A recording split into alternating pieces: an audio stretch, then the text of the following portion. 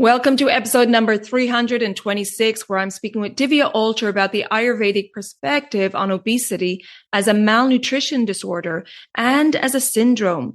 We talk about the symptoms and causes of the syndrome, as well as holistic healing tips for the body and mind. So please stay tuned.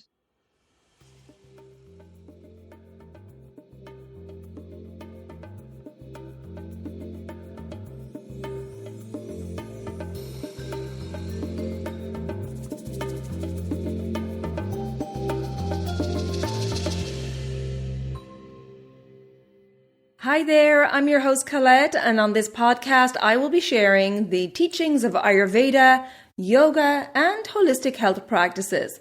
Now, if you're new to Ayurveda, I recommend checking out the first couple of episodes where I do an introduction to Ayurveda and the mind-body types. Thanks for listening, and now here's a new episode. This episode is sponsored by Kerala Ayurveda. The Ayurvedic philosophy of weight management encourages a holistic journey that encompasses mindful dietary choices, lifestyle adjustments, and herbal support. Kerala Ayurveda offers a range of supplements to support your weight loss journey, such as Garcinia for appetite control, Trikatu for enhanced nutrient absorption, and Shilajit for the conversion of fat to energy. Each herb and formulation follows Ayurvedic traditions, ensuring the highest quality and effectiveness.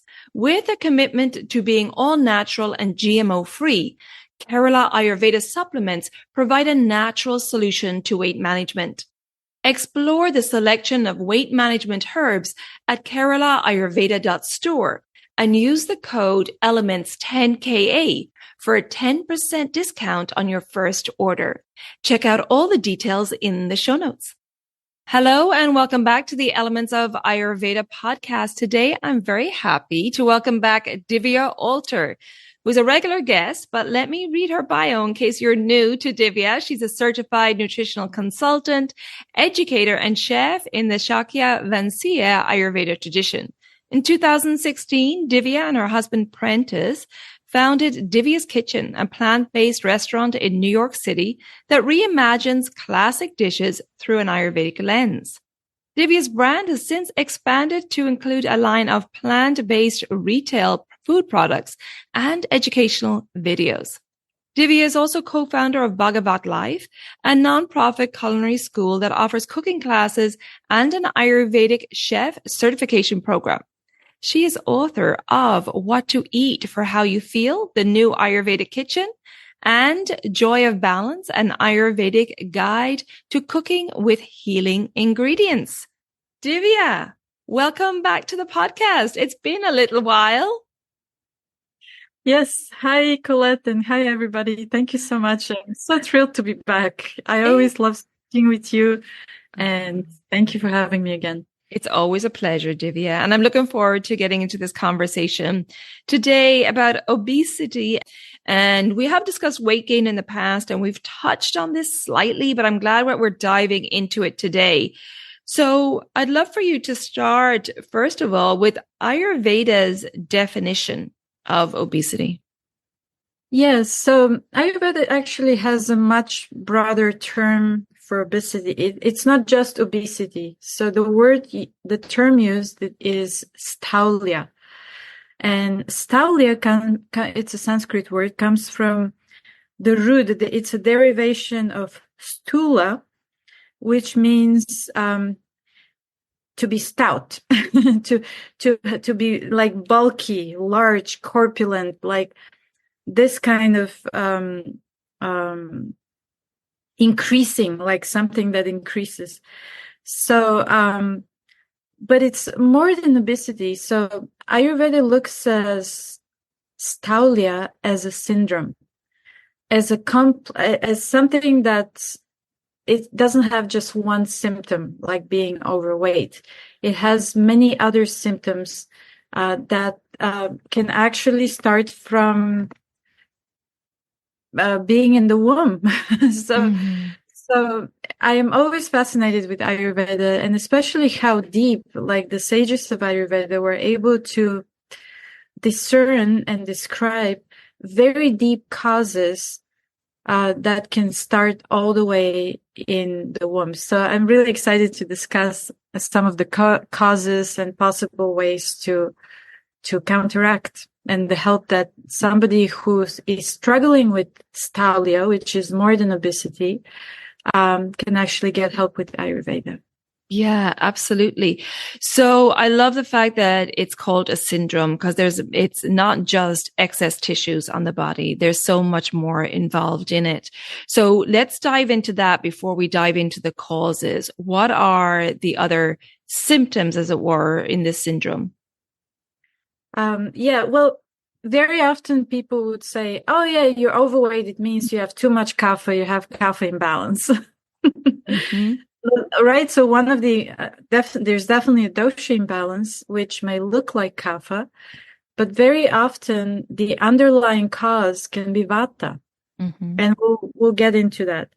Another underlying cause can be, which is very common, one of the main causes is improper metabolism. Not just on the level of breaking down food, but also on the level of each body layer, like each dhatu, each tissue. Mm. So, and then very often obesity or stylia goes with, it could be a traumatic experience or it could be a negative pattern in the mind. And you notice people who are struggle with this syndrome, they would definitely have some kind of, it's not that they're mentally ill, but they have some kind of mental weakness, let's say it that way, like something that they struggle with internally. Yeah, very interesting. Trauma as well can be a factor in this too. A traumatic experience could lead to that. I know there's been studies done where on women who've been sexually assaulted and have that trauma that it can result in obesity. Yeah. And sometimes people also have issues with Medadatu, which is the fat tissue itself, which sometimes builds because there is an accumulation of toxicity in the body. So the fat tissue kind of stores those toxins. It kind of tucks them away safely so they don't don't disturb other organs. So this is sometimes we can see that as well sometimes. So it's it is a complex situation, and just trying to artificially lose weight by taking a medication or something else can help with short-term results, but it may not help to actually cure the condition, and you may get the symptoms back in a few months or years. Sure. Yeah. Because of course we're seeing a lot of these short-term fixes now for obesity, right? The rise in all these fad drugs and so on to get quick fixes on obesity. But you know, what we appreciate about Ayurveda, it's a holistic system which looks at it. This is not just excess tissue. It's not just, you know, what you're eating. But there's so many other factors that we need to take into consideration here. Yes. Mm-hmm. Yeah. And I think also that's the power of Ayurveda. It always looks for the different levels of causes, the causative factors. Mm-hmm. So I always recommend people, if you're struggling with this syndrome, or if you have a friend or relative who's struggling with this syndrome, you know, don't just, it's a complex issue. It needs to be addressed from different angles with lots of love and compassion. Yes. And acceptance. And because very often people, again, on mental level, they reject themselves. They hate themselves for the way they look or feel. And they're judged and ridiculed. So, there's definitely help as long as the person is open to receive help. But first we have to determine what's causing it. Where did this start and what's causing it? Yeah. So I'd love to go through that now. You mentioned earlier that this can start back in embryo stage. So let's discuss some of these causes. Yes, it's so amazing because so first of all, one of the main causes for stalia that Ayurveda describes is kuposhana. So poshana means nourishment. But it's not just eating, it's nourishment supported by proper metabolism. So when you have good metabolism, you're getting nourished, you're eating, and then every tissue in your body is being nourished and maintained in proper proportions. So this is a symptom of good health. Kuposhana means improper nourishment. So something that there's a missing link there. And usually the weakness comes from improper metabolism on some level in the body. And this can happen for the baby in the womb if a mother is not getting proper nourishment while she's pregnant. So just see how important nourishment is. eating good food, eating the right food for you, being able to digest it, being able to transform it properly to provide deep nourishment everywhere in the body. And I can't stress this enough, Colette, because nowadays majority of population is struggling with malnourishment. Not that we're starving, but because we're not eating nourishing foods. Yeah, So, the ultra processed food is a huge issue with our disease levels today. yeah, I mean, statistics from last year, I was shocked when I read that, but 73% of US population predominantly eats ultra processed foods. Yeah. 73%. Yeah. That's a lot.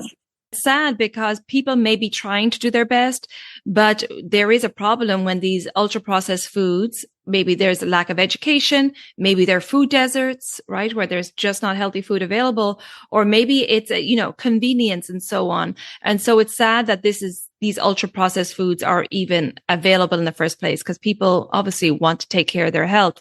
But there's a big problem with the market, the huge market in these ultra processed foods.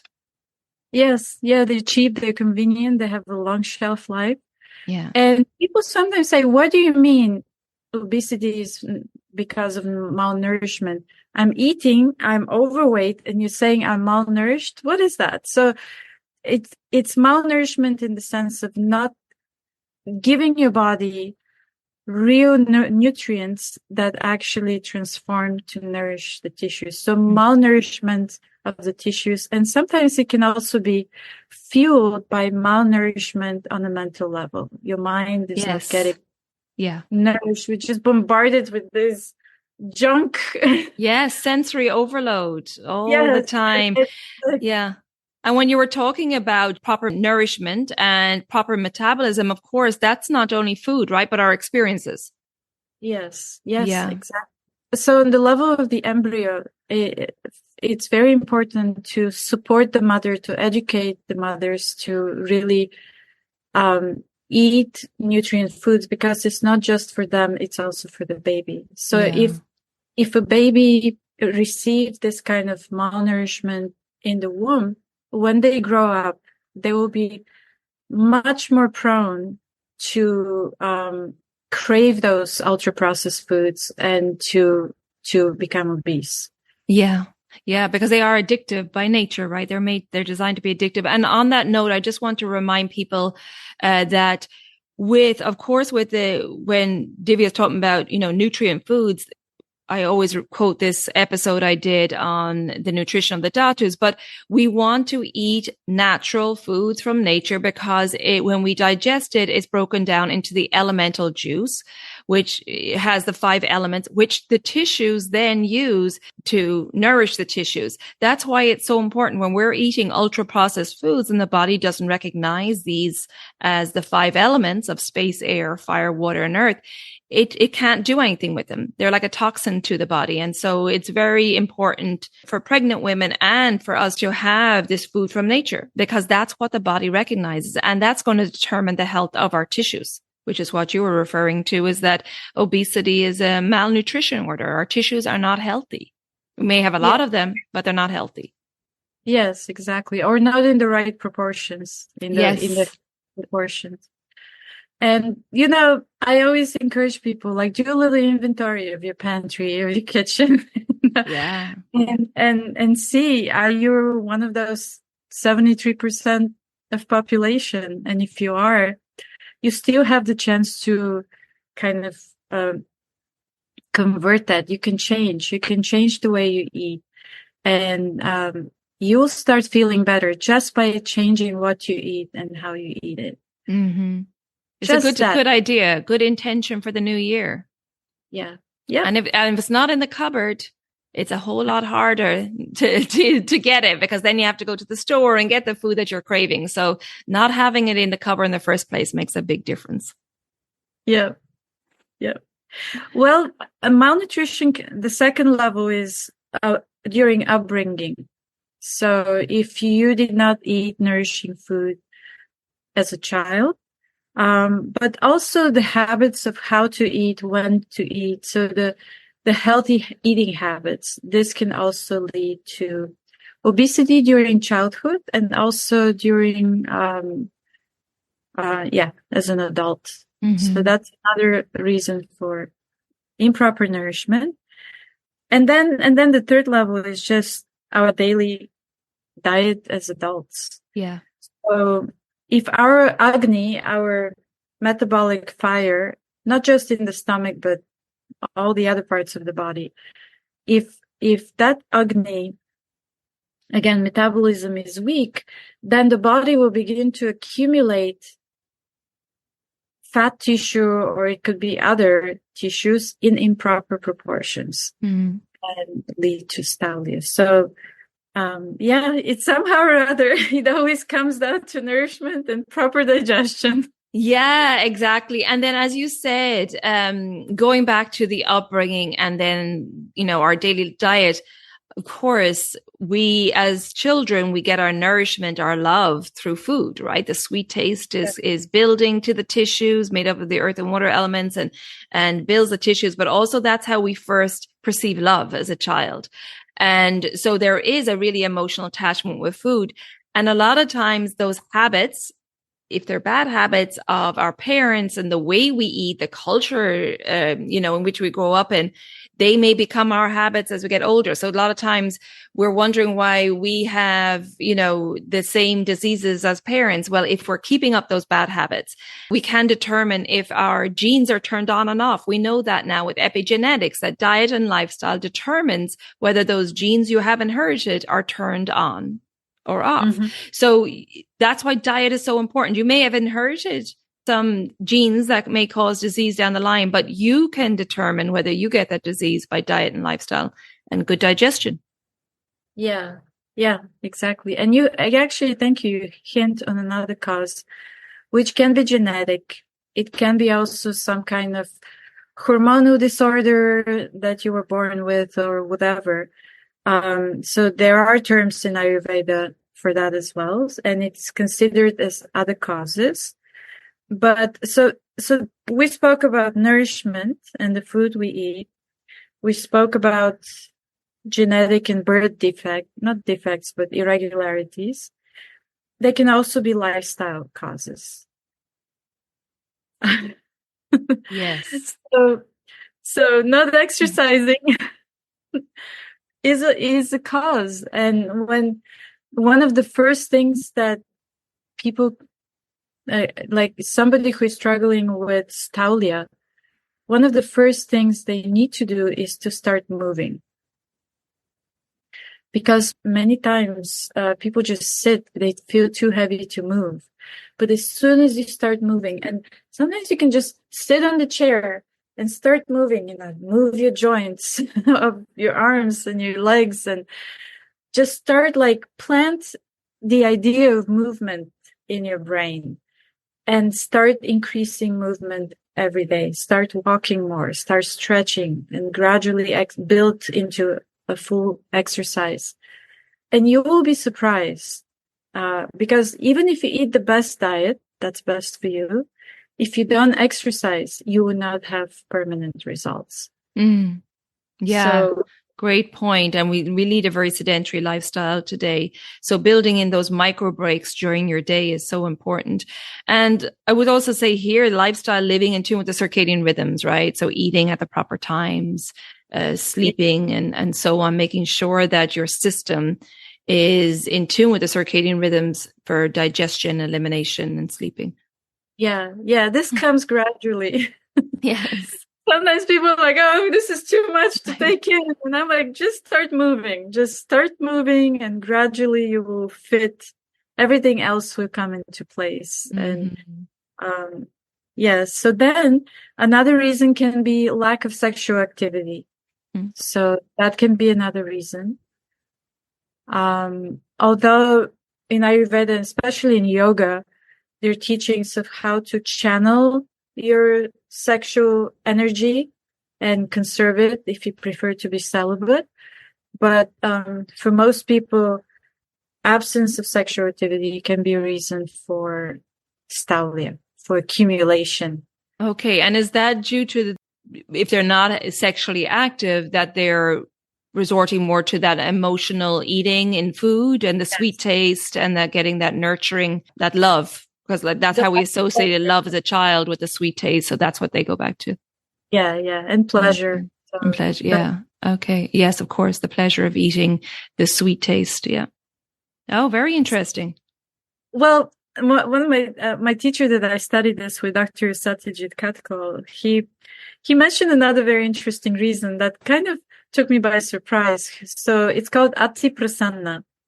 So it means when somebody is too satisfied, in the sense that there's too much comfort. So, and he gave us an example, like you're sitting, you see where you're sitting. So is it the couch, the chairs? And he said, if your couch is too soft, your bed is too soft, or your chair is too soft, this is the kind of comfort that can lead to, maybe even maintain your issue with stylia. But also he said, like, look at your couch. If it's the kind of couch that you sit in, you kind of get lost in it. It's just the couch devours you literally. That's not a healthy couch. Yeah. Like, it has to be more sturdy. It's still comfortable, but it's not something that it has to keep your muscles like working a little bit. So, I could see that. I think of in relation to the soft quality of kapha, like all those, the softness of the bed and the couch and so on. Soft furnishings can increase that softness of kapha. Yeah. Interesting. He said he notices he has different types of chairs at his office. And when people come in, he always notices which chair the person will select. Oh, interesting. Because he said when somebody is struggling and kind of feels miserable, and we all do that when we're not happy with something in life, we always look for these external comforts to compensate. Mm-hmm. So he would say somebody who comes in and they're not happy, they will always go for the very cushy, soft kind of seat. Yeah. One more in terms of lifestyle is sleep. So too much sleep, and also regularly sleeping right after you eat can be a cause for accumulation in the body. Mm-hmm. Did he mention naps as well after eating? Yeah, it could be. So naps, sometimes are recommended, sometimes not.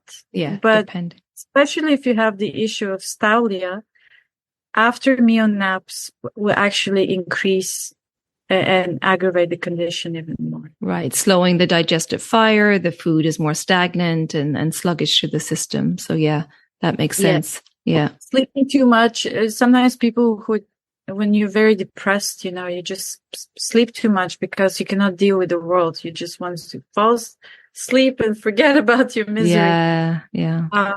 I've experienced that earlier in my life, and it took I had to ask for help to get out of it. I didn't take medication, but I needed somebody to literally give me a kick to get out of it. What was it exactly you were experiencing? Was it feeling down, feeling depressed?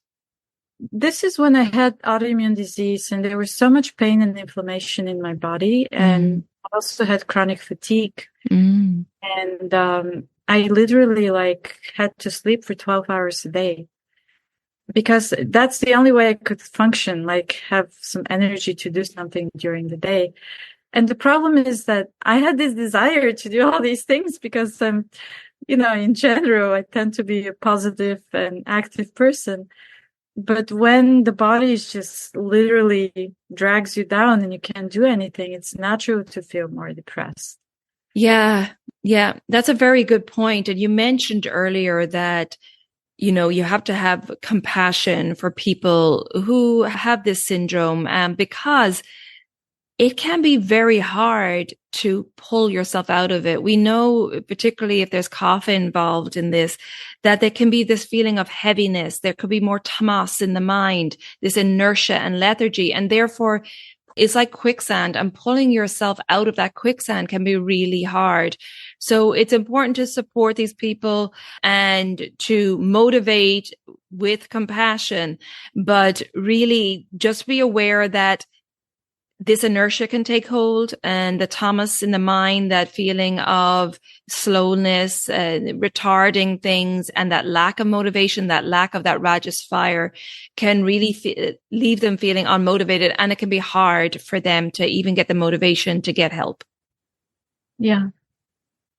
That's, so again, if you're struggling with this or you have a friend struggling with this, always observe yourself or observe your friend and just notice, where are they at without judgment, just with, especially if they're open to receive your help. And it takes time. You're not going to fix this overnight.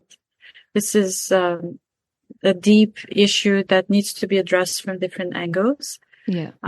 Don't procrastinate, because the tendency is to procrastinate. Don't procrastinate, but be patient, be compassionate, be encouraging. And sometimes you make one step forward, you make two steps back. There will always be relapses, but as long as you have proper guidance and as long as you're determined in your mind to heal and address this issue, especially you will see when you address this issue and clear your mental trauma, emotional trauma, you will feel so free. It's really liberating. Yeah. But it takes a lot of time and courage to get to that very painful place.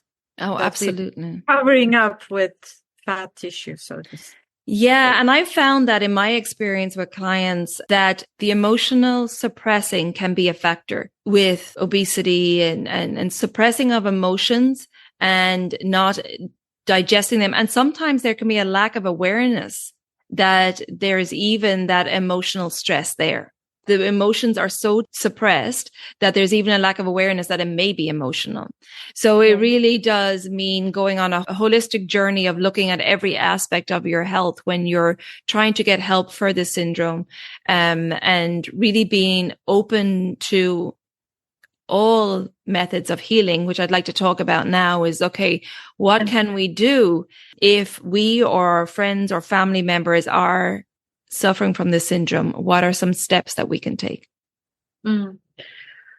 Yeah. So first of all, if you have a child, if you're planning to have a child, make sure that you take care of your own nourishment, that you eat real food, clean food, you eat well before and during pregnancy and after, always. But especially for the sake of your child, because don't transfer your experience to your child. If you were malnourished because your mother didn't know how to properly eat, or also another malnourishment is breastfeed your child, because breast milk is the first food that a human being tastes.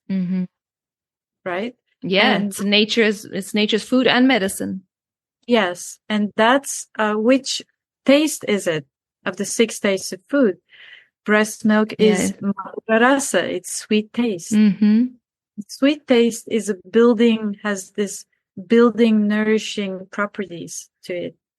So if a baby is deprived of breast milk and fat formula, the baby will experience this kind of nourishment. The chemical components, the nutrition facts may be there, and it's approved as a appropriate substitute for breast milk, but the energetic and the vibrational properties will not be there to give that satisfaction to the baby. Yeah. So I had, sometimes people misunderstand, especially mothers who are a little bit fanatical about vegan diet.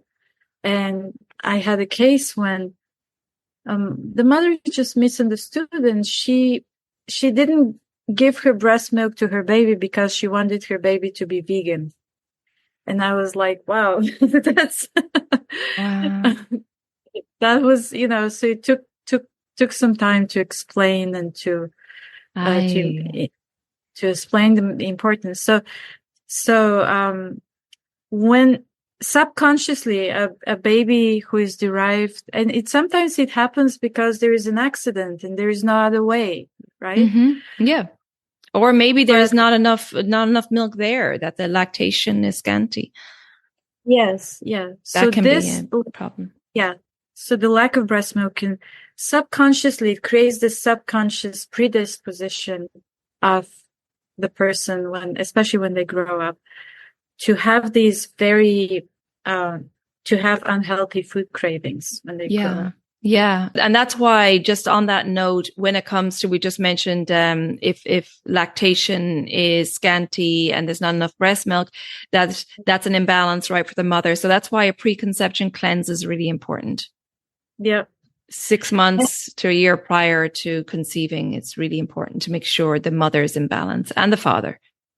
Yeah. And Ayurveda gives wonderful guidance. So getting help from an expert Ayurvedic doctor, practitioner, can make all the difference for you and your child, your family.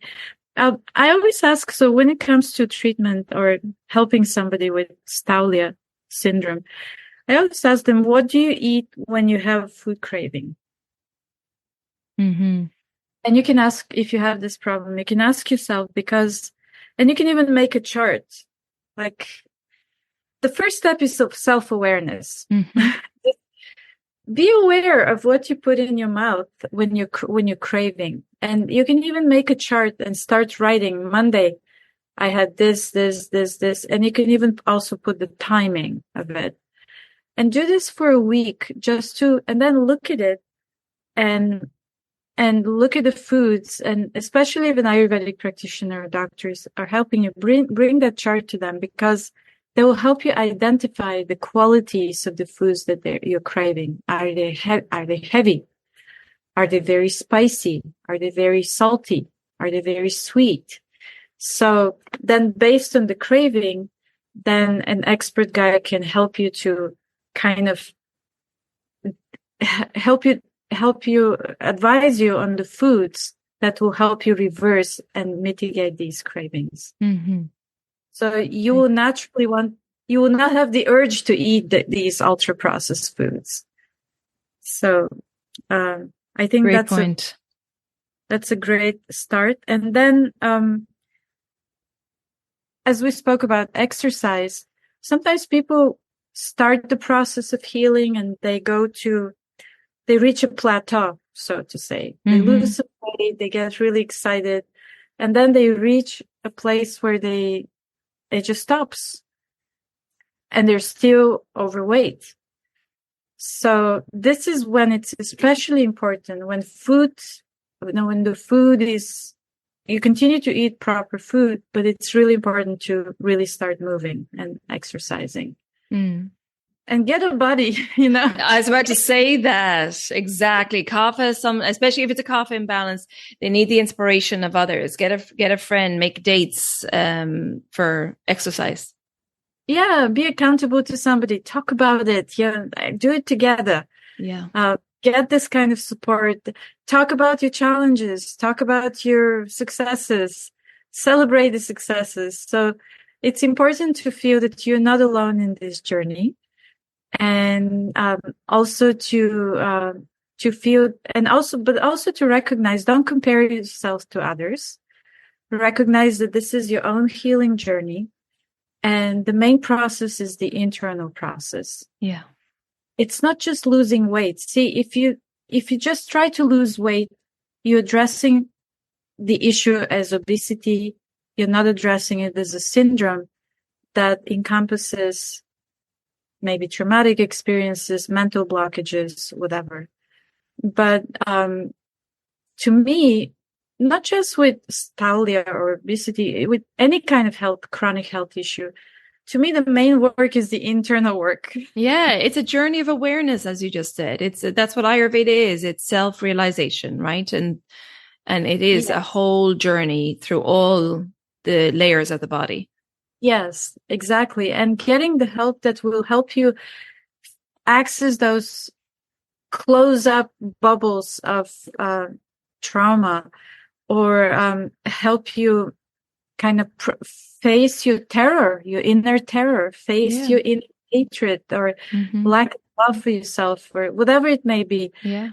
By getting the help to access this, once you're able to emerge victorious from this inner conflict, the inner struggle that you're keeping inside, once you're able to overcome this and become free from it, then the external is much easier to heal. Yes, it just flows.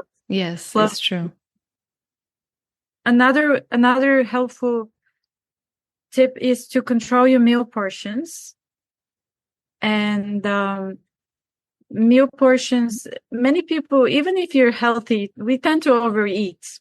You know, we have plenty of food and we eat more simply because we can. Yes. So, and I want to finish my plate. I don't want to waste. So Ayurveda recommends to kind of, if you divide your stomach into 4 portions, and it's individual also. So a meal portion would have 2 handfuls. So it's called Anjali. If you cup your 2 hands as if you're making something, wants to drop something into your hands, like a little bowl, that's an Anjali. That's your own measurement. And a good meal portion is to have enough solid food that will fit in 2 cupfuls, hand cup. And then you want 1 cupful with liquids, 1 Anjali with liquids. It could be soup, it could be a little water, tea, whatever. And then you have to leave one portion empty in your stomach so that proper digestion can happen. So becoming aware of your portions. And I tell you, very often if you're eating food that's not nourishing, that's not nutritious, like ultra processed food, because it's not nourishing you, your body keeps asking for more. So yes, 100%. It doesn't contain fiber a lot of times, so it doesn't have that slow release of energy, and you're taking in a lot of calories, but you're not satisfied, right? Yeah. So you think of one of those big gulp sodas. Calories. Yes. Yeah. So you're getting a lot of calories, you're getting a sugar rush, but you're not satiated. So you're still looking for more food. Exactly.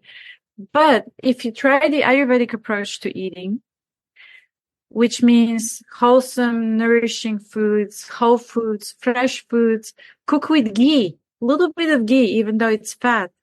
Ghee helps you feel satiated with less quantity of food. Exactly. Yeah. So try that and you'll be surprised. You'll be eating, but you'll be losing weight. It's just so amazing how it works. Yes. And we know that fat in the diet does not equate to fat in the body, and that, it does help satiate you. And so it is important to have fats in the diet, and very important to have lots of fiber. Yeah. Lots of fiber for that slow release of energy, slow release of glucose and so on, and to help with elimination. So fiber is really important as well.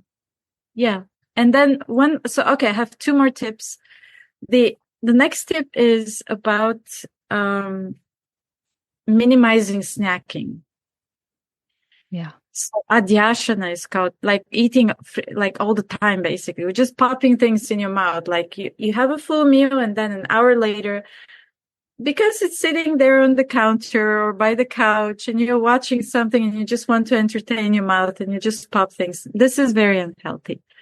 So that's a habit you have to work on overcoming and really like try to restrict what you put in your mouth through to your meal times. That's very important. Yeah. And being aware of, is your snacking mindless eating while watching TV, or is it dehydration? Because a lot of times our thirst sense is very weak. So have a herbal tea or a warm drink. Or is it emotional? So also being aware of that. Why am I looking for a snack? Or sometimes, if it's stress, we're looking for something crunchy to crunch down on. So just being aware and asking yourself, why do I just had my dinner. Why am I snacking now? Yeah. And sometimes, another reason for being hungry, you may be actually hungry 2 hours after you ate your meal because you didn't have enough portion to satisfy you. And also, your food may not have been heavy enough. Right. Or enough fat in there, right? Yeah. Or if you just ate a salad and it looked like a big bowl of salad. Right. And then an hour or two later, you're hungry again because there was no green, there was no protein, there was no something fat that will give you a little bit of heaviness to carry you for the next 4 or 5 hours into the next meal. Very good point. And so this last tip may sound really, a little weird, but bear with me, it really works. How you eat can also contribute to reducing your body mass. And in Ayurveda, also in yoga, it's recommended to sit cross-legged on the floor and eat with your hands. Yeah. So imagine when you're sitting cross-legged on the floor and you're eating, and you can have like a little elevated table or something on the floors. And when you're eating, you slightly bend forward, right? To pick your food and put it in your mouth. So, and also your spine is in upright position. So it supports the structure. So you actually your stomach will know when you're full and you will stop eating. Now, I understand that when you're struggling with overweight, it's difficult for you to sit cross-legged on the floor or in a chair. So in this case, you can sit on a chair, but you can bend forward a little bit to create that a little bit more like pressure on your abdomen when you eat. And you'll be surprised, actually, you will be satisfied with less amount of food that way. That's interesting. That kind of correlates back to the not to have things too comfortable. Yeah. Kind of sitting on the floor, sitting forward, don't be in a slouchy chair when you're eating. Yeah. Great points. Well, thank you. Is there anything else that you wanted to share? No, thank you. I appreciate this discussion because it also helps me kind of refresh everything I've been studying. Yes. And again, just to finish on a positive note, wherever you may be in the process of reducing the syndrome of Staulia or helping somebody else with it, again, start with the inner, like helping somebody or helping yourself accept and love yourself. Don't identify with the body. You're so much more than the body. You're a spirit. You're beautiful on a spiritual level. Sometimes people have thyroid problems and they cannot lose weight. It could be a hormonal imbalance or whatever it may be. And you've tried everything. You've tried even the Ayurvedic approach and it's not working for you. Don't be frustrated. This is, especially when I get to a point where I cannot heal something for myself physically, I take it as a gift that it helps me to resolve that inner conflict that kind of frees my spirit to move on mentally, emotionally. If physically it's not possible, you can move on mentally and emotionally and have a happy life. Mm-hmm. Yes. Beautifully said. Thank you for sharing that. It is so important to have that self-compassion and to just go on this journey of curiosity about any potential imbalances, and that everything is a learning experience, and that shaming or blaming or the rejection of yourself is very harsh, and it's going to have a harsh and negative impact on your body physically and mentally, emotionally. So have some self-compassion and see it as just a journey of self-discovery and curiosity, and to help you live in alignment with your true nature, right? I love that. Thank you, Colette. So Divya, before we finish up here, I'd love for you to tell people what you're up to since we last spoke. I know you have a lot of offerings, and please share with us and where people can find it. Thank you. Well, I continue to teach. I've been really busy teaching for our Ayurvedic nutrition and culinary training, which we're halfway through, and you can't really join it. You have to start from the beginning. But that's, it's very enriching, and it's an enriching experience for me. But, we have wonderfully designed, masterclasses, cooking masterclasses, which are video classes, which you can purchase and watch in your home on your comfortable couch or in your kitchen. And learn really the basics of what we just spoke about proper nourishment and how to determine which foods.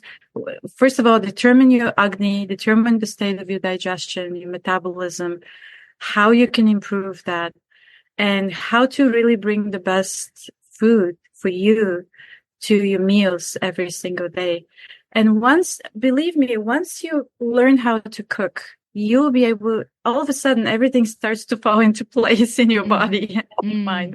It's so true. So if you'd like to learn the basics of Ayurvedic cooking, we have beautifully designed masterclasses, which you can offer at a greatly discounted price because you listen to this podcast.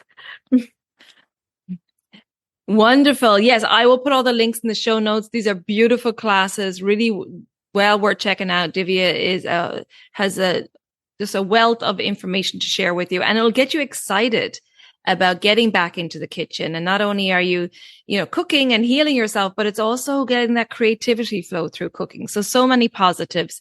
So definitely check out the link in the show notes. And of course, I'll put all the links to Divya's website and everything there. Divya, thank you so much. I truly appreciate always our conversations. It's great to have you back on the podcast, and thank you for sharing today. Yes. Thank you, Colette. Thank you for having me. It's an honor. I'm always humbled to speak with you, because I also learn from you a lot. So thank you. And thank you everyone to listening. If you come to New York City, please come visit us at Divya's Kitchen. I would love to meet you in person. Yeah. Have some amazing food. Divya, until next time, take good care of yourself. Yes. Thank you. Bye-bye. Bye for now. I hope you enjoyed that conversation with Divya, and please check out all the links in the show notes. You'll also find my online services by clicking on the link in the show notes, or visit my website, elementshealingandwellbeing.com. If you think that this episode would be helpful to family or friends, please share it with them so we can get this Ayurvedic wisdom out there. And if you haven't already subscribed or followed the podcast, please do so, and the new episodes will automatically download for you.